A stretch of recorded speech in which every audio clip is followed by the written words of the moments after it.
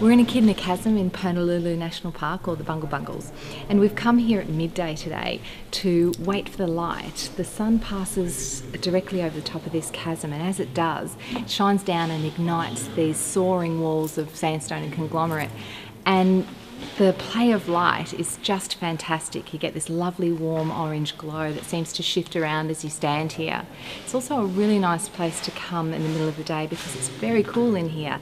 Outside it's warming up to about 38 degrees plus, so this is a really nice place to be. You can keep walking up the chasm, and as you do, the walls just get narrower and narrower, and you've got to climb and scramble around as the walls flare upwards. And it's really pretty. You get to the end and it just stops, so that's when it's time to turn around, retreat and head out and explore the rest of the park, which we're about to do. I'm standing in Piccaninny Creek surrounded by these amazing tiger-striped beehive dome formations that everyone will recognise as the Bungle Bungles. They actually only occupy about a fifth of Purnululu National Park. The rest is vast spinifex plains and the chasms and gorges carved into the Bungle Range over there. This creek actually leads to the longest and I think the most spectacular gorge, Piccaninny Gorge.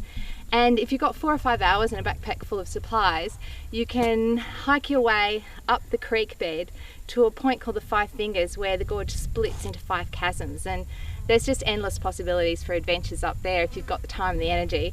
We've done it before, but this trip with little Maya, we've spent our time in spots like Cathedral Gorge over here where a short hike leads to an amazing stone amphitheatre, and in the heat of the day you'll find lots of other travellers congregating there to chill out and chat and listen to their conversations echo off the rock walls.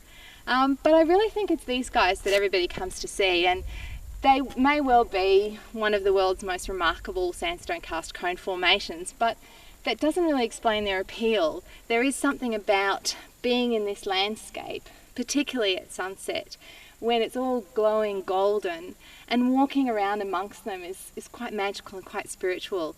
And I think that's what lures people so far off the beaten track to this remote park, and it has to be one of the most beautiful places in the Kimberley.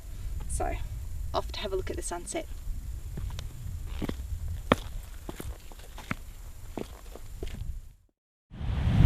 Hi, I'm Catherine. This is 5-week-old Maya, and the guy behind the camera is Dave.